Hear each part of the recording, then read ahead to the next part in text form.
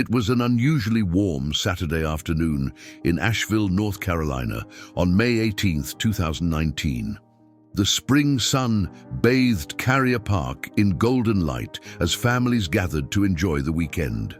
Among them were the Millers, Sarah and David, and their 6-year-old daughter, Emma. Emma Miller was a bright-eyed child with chestnut hair that fell in loose curls just past her shoulders. She wore her favorite yellow sundress and white sandals, clutching her beloved teddy bear, Mr. Buttons, a well-worn brown bear with a red bow tie that had been her constant companion since her 3rd birthday. "Stay where I can see you, Emma," Sarah called out as her daughter ran toward the playground, Mr. Buttons tucked securely under her arm. Sarah settled on a bench about 30 feet away, where she could watch Emma while organizing an upcoming work presentation on her tablet. The playground was bustling that day, at least 15 children climbing, swinging, and sliding under the watchful eyes of their parents. David had gone to get ice cream from a vendor near the parking lot, promising to return in just a few minutes. Emma climbed the jungle gym, carefully placing Mr. Buttons on a platform while she navigated the monkey bars. Sarah looked up from her tablet every few moments, catching glimpses of Emma's yellow dress moving through the play structure. At 3:47 p.m., Sarah's phone rang.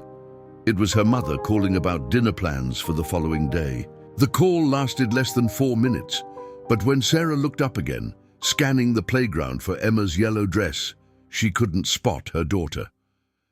"Emma?" Sarah called, standing up and walking toward the jungle gym. No response. She circled the playground equipment, checking inside the tube slide and behind the swing set. "Emma!" she called again, louder this time, her heart beginning to race. David returned with the ice creams, immediately sensing something was wrong. "Where's Emma?" he asked, his voice tight with sudden concern. "I don't know," Sarah replied, panic rising in her chest. "She was just here. She was playing on the jungle gym." They searched the entire playground, calling Emma's name. Other parents joined in, spreading out across the park. Someone called 911 at 4:03 p.m., and within minutes, patrol cars from the Asheville Police Department arrived at Carrier Park. Officer Michaela Rodriguez took the initial report, gathering descriptions of Emma, what she was wearing, and when she was last seen. "Was she carrying anything with her?" the officer asked. "Her teddy bear," Sarah sobbed. "Mr. Buttons. She takes him everywhere." By nightfall, the park was illuminated by police floodlights. Detective James Harmon from the Missing Persons Unit arrived to coordinate the search. Teams of officers combed the park and the surrounding French Broad River area, calling Emma's name into the growing darkness. The following morning, Emma's picture was on every local news channel. By afternoon, her disappearance had made national headlines. 6-year-old vanishes from Asheville playground in broad daylight. The Asheville community rallied around the Miller family. Volunteers distributed flyers with Emma's photo throughout Buncombe County. The FBI joined the investigation, setting up a command center at the Asheville Police Department headquarters on Court Plaza. Days passed with no sign of Emma. Surveillance footage from businesses near the park revealed nothing suspicious. No one had seen anyone leave with a little girl in a yellow dress. It was as though Emma had simply vanished into thin air, taking Mr. Buttons with her. As the first week of searching concluded, hope began to fade. Sarah and David appeared on television, pleading for Emma's safe return. Behind closed doors, detectives pursued every possible lead, interviewing known sex offenders in the area and checking alibis of individuals with histories of child abduction. The community held candlelight vigils at Carrier Park, where teddy bears and yellow flowers formed a growing memorial near the playground where Emma was last seen. The Millers couldn't bear to visit, staying instead at Sarah's parents' home, unable to face the emptiness of Emma's bedroom. Exactly 13 days after Emma's disappearance, rain fell heavily over Asheville, washing away pollen and spring blossoms, but not the ache of a missing child. On the morning of June 1st, 2019, exactly 2 weeks after Emma disappeared, Anthony Reeves, a 52-year-old retired postal worker, was walking his golden retriever Cooper through Pisgah National Forest, approximately 18 miles southwest of Asheville. Despite the recent rain, Reeves maintained his daily hiking routine along the Bent Creek Trail. At approximately 7:30 a.m., Cooper veered off the trail, pulling his leash taut as he sniffed intently at something in the underbrush. Reeves initially tried to redirect his dog back to the path, but Cooper's insistence made him curious. "What have you found, boy?" Reeves asked, following his dog through a tangle of mountain laurel. When he pushed aside the wet foliage, his heart nearly stopped. There, partially buried under leaves and mud, was a small brown teddy bear with a red bow tie. Reeves had seen the missing posters, watched the news coverage. He immediately called 911. "I think I found something related to that missing girl," he told the dispatcher, his voice shaking. "A teddy bear. It matches the description." Within 30 minutes, Bent Creek Trail was swarming with law enforcement. Detective Harmon personally interviewed Reeves, who explained exactly where and how he'd discovered the bear. Forensic technicians photographed and carefully collected Mr. Buttons, placing him in an evidence bag. The area around the discovery site was immediately cordoned off with police tape. Search teams with cadaver dogs were deployed throughout the woodland. FBI agents established a grid pattern, methodically examining every square foot of the surrounding area. Sarah and David Miller were brought to the Asheville Police Department, where Detective Harmon gently showed them photographs of the recovered teddy bear. "That's him," Sarah whispered, her voice breaking. "That's Mr. Buttons. The bow tie. I sewed it back on last month after it came loose." The confirmation was both devastating and the first real lead in Emma's case. News of the discovery spread quickly. The headline, "Missing Girl's Teddy Bear Found in Pisgah National Forest," dominated local media. Speculation ran wild. Why was the bear there? How did it get there? And the question no one wanted to ask aloud, where was Emma? Forensic analysis of Mr. Buttons revealed traces of Emma's DNA, confirming it was indeed her beloved toy. More troubling were microscopic fibers found on the bear that didn't match any of Emma's clothing. The bear also contained traces of an industrial cleaning solution not used in the Miller's home.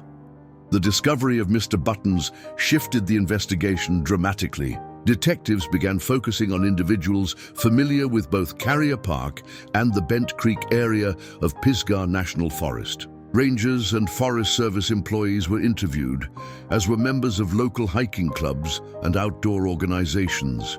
Meanwhile, search teams continued their painstaking examination of the woodland. Heavy rainfall in the days before the discovery had likely washed away many potential clues, but investigators remained hopeful.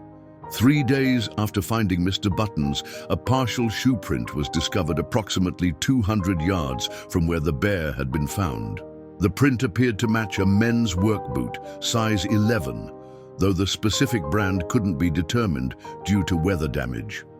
The FBI created a geographic profile, analyzing the distance between Carrier Park and the location in Pisgah National Forest, where the bear was found. The profile suggested the perpetrator was likely familiar with both areas and comfortable navigating the forest trails. Security footage from businesses along routes between Asheville and Pisgah National Forest was collected for the 2-week period between Emma's disappearance and the discovery of her teddy bear. Analysts began the time-consuming process of reviewing hundreds of hours of recordings, looking for vehicles making the trip multiple times or at unusual hours. For the Miller family, the discovery of Mr. Buttons brought both hope and profound dread. It was the first tangible evidence that someone had taken Emma, and potentially proof that she had been alive, at least for some time after her abduction. "She wouldn't let go of that bear willingly," David told Detective Harmon during a follow-up interview. Wherever Mr. Buttons was, Emma was too. As June progressed, the investigation continued with renewed urgency. Local businesses contributed to a reward fund that quickly grew to $75,000 for information leading to Emma's whereabouts. The FBI added another $50,000. In the quiet moments between press briefings and investigative updates, Sarah would sit alone in Emma's room, holding a photograph of her daughter clutching Mr. Buttons on Christmas morning, wondering if she would ever see either of them again. By mid-June, the investigation had reached a critical juncture. The forensic analysis of Mr. Buttons yielded new information. Traces of automotive grease and pine pollen specific to certain elevations in the Appalachian Mountains. Detective Harmon and FBI Special Agent Denise Walsh refocused their attention on individuals with access to vehicles and connections to both Carrier Park and the higher elevations of Pisgah National Forest. They cross-referenced this with people who had mechanical knowledge or worked with industrial cleaning products similar to those found on the teddy bear. On June 18th, exactly 1 month after Emma's disappearance, a breakthrough came from an unexpected source. Rebecca Taylor, a cashier at a gas station on Brevard Road, the main route between Asheville and Pisgah National Forest, contacted the police tip line. "I saw the news about finding the teddy bear," Taylor told Detective Harmon during her interview, "and I remembered something strange from that day, the Saturday the little girl went missing." Taylor recalled a man who had come into the gas station around 5:30 p.m., roughly 2 hours after Emma disappeared. He had been visibly nervous, buying a large coffee and cleaning supplies. What struck Taylor as unusual was that he had returned to the same gas station early the next morning, around 6 a.m., looking exhausted and purchasing more coffee and a new pair of work gloves. "I wouldn't have thought anything of it," Taylor explained. "But when I saw his picture in the paper yesterday about that contractor being questioned, I realized it was the same guy." The man Taylor recognized was 37-year-old Marcus Green, a landscape contractor who had been interviewed as part of the canvassing of businesses around Carrier Park. Green's company, Green Valley Landscaping, had maintained the flower beds at Carrier Park earlier in the spring, and he was familiar with the area. When investigators looked deeper into Green's background, several red flags emerged. He had a juvenile record that had been sealed, but FBI resources revealed it contained an incident involving inappropriate behavior toward a young girl when Green was 16. As an adult, he had no criminal record, but had been investigated, though never charged, in connection with a child approach incident at a park in Charlotte in 2015. Most significantly, Green's work truck, a 2017 Ford F-150, was regularly serviced at an auto shop less than a mile from where Mr. Buttons had been discovered. He was an avid hiker who knew Pisgah National Forest well. Surveillance was established on Green on June 19th. Detectives observed him making an unusual trip to a storage facility on the outskirts of Asheville. A judge quickly approved a search warrant for both Green's residence and the storage unit. The search of Green's modest one-bedroom apartment on June 20th revealed nothing immediately incriminating. However, luminol testing in his bathroom showed traces of cleaned blood not visible to the naked eye. In his garage, investigators found recently purchased cleaning supplies matching the chemical signature found on Mr. Buttons. The storage unit, however, yielded the most disturbing evidence. Hidden beneath tarps and gardening equipment was a child-sized mattress with restraint marks at the corners. Forensic technicians also recovered several long chestnut-colored hairs from the mattress that were consistent with Emma's. Marcus Green was brought in for questioning on the evening of June 20th. For hours, he maintained his innocence, claiming he had no knowledge of Emma Miller or her disappearance. Detective Harmon and Special Agent Walsh took turns interviewing him, carefully building rapport and presenting the mounting evidence against him. At 3:14 a.m. on June 21st, after being shown the forensic evidence from the storage unit, Green's demeanor changed. "I never meant to hurt her," he whispered, staring at his hands. "It was an accident." According to Green's confession, he had been at Carrier Park that Saturday, not for landscaping but to observe the playground. He noticed Emma separated briefly from her mother's view and impulsively approached her, telling her that her father had sent him to bring her to the ice cream stand. Once he had her in his truck, Green panicked, realizing the magnitude of what he'd done. He drove to his storage unit, where he kept Emma for several days. When she became ill, he didn't seek medical help, fearing discovery. Emma had died in that storage unit, alone except for Mr. Buttons, whom she had clutched until the end. Overwhelmed with guilt and fear, Green had disposed of Emma's body in a remote area of Pisgah National Forest.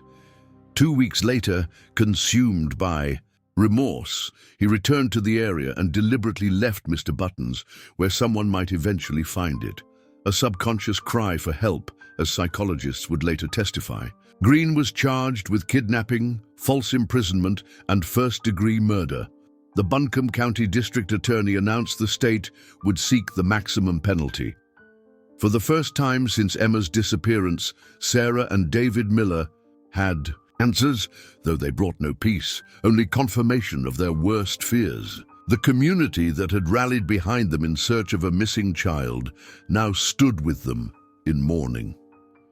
The morning of June 22, 2019, dawned with a grim task ahead. Marcus Green, now in custody and facing multiple felony charges, agreed to lead investigators to the location where he had buried Emma's body.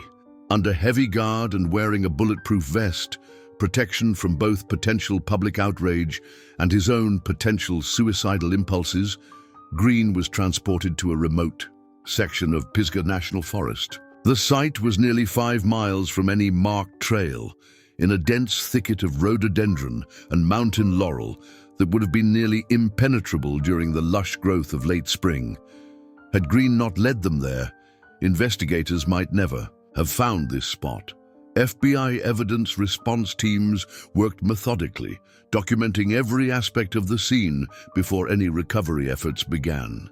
By mid-afternoon, they had located Emma's remains in a shallow grave covered with rocks and forest debris. The yellow sundress she had been wearing, now soiled and weathered, confirmed her identity even before formal testing.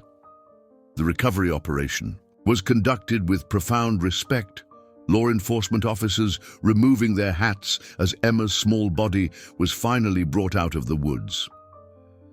Detective Harmon, who had barely slept in the month since Emma's disappearance, turned away briefly to compose himself before continuing to oversee the evidence collection. That evening, Detective Harmon and Special Agent Walsh personally informed Sarah and David Miller that their daughter had been found. The conversation that followed was one no parent should ever have to endure, and no law enforcement officer ever wishes to lead. "We'll need official confirmation," Detective Harmon explained gently, "but we believe we've found Emma. I'm so deeply sorry."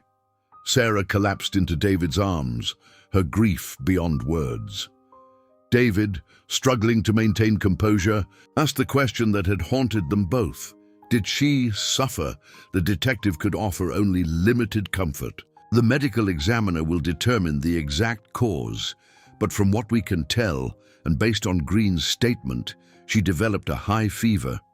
He didn't seek medical help, and she likely died from an untreated infection. It was a needless death that could have been prevented with basic medical care, a fact that would later factor heavily in the prosecution's case." As news spread that Emma had been found, the makeshift memorial at Carrier Park grew exponentially. Children left their own teddy bears, adults brought yellow flowers, and local artists created portraits of Emma based on the photos her parents had shared with the media. The chain-link fence surrounding the playground became a canvas of grief and remembrance. 2 weeks later, on July 8, 2019, Emma Miller was laid to rest at Riverside Cemetery in Asheville. Hundreds attended the service, including Detective Harmon, Special Agent Walsh, and many of the officers and volunteers who had searched for her.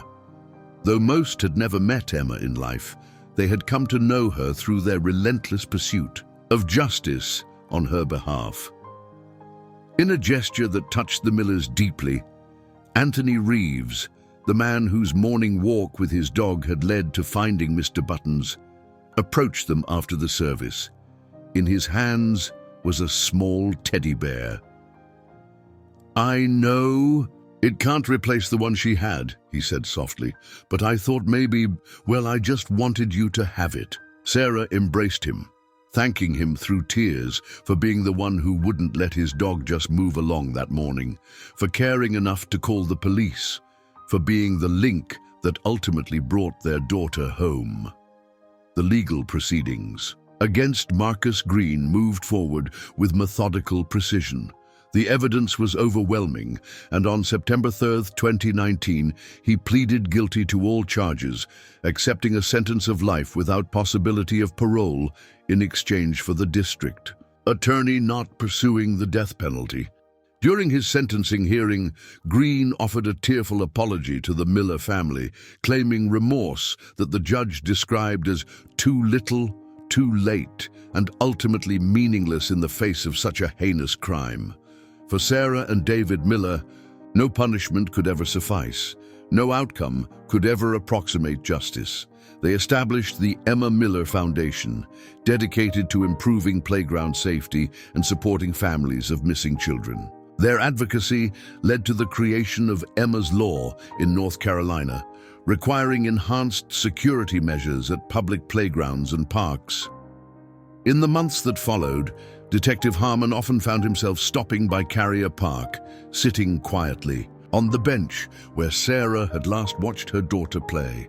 Sometimes he would notice families being more vigilant, parents moving closer to their children, community members keeping watchful eyes on the playground, small but meaningful changes, born from unbearable tragedy. 1 year after Emma's disappearance, on a warm May afternoon in 2020, Sarah and David returned to Carrier Park for the dedication of a new playground feature, a butterfly garden with a small bronze statue of a little girl holding a teddy bear. The plaque read simply, "In memory of Emma Miller. May all children here play safely, laugh freely, and be watched over with love. Mr.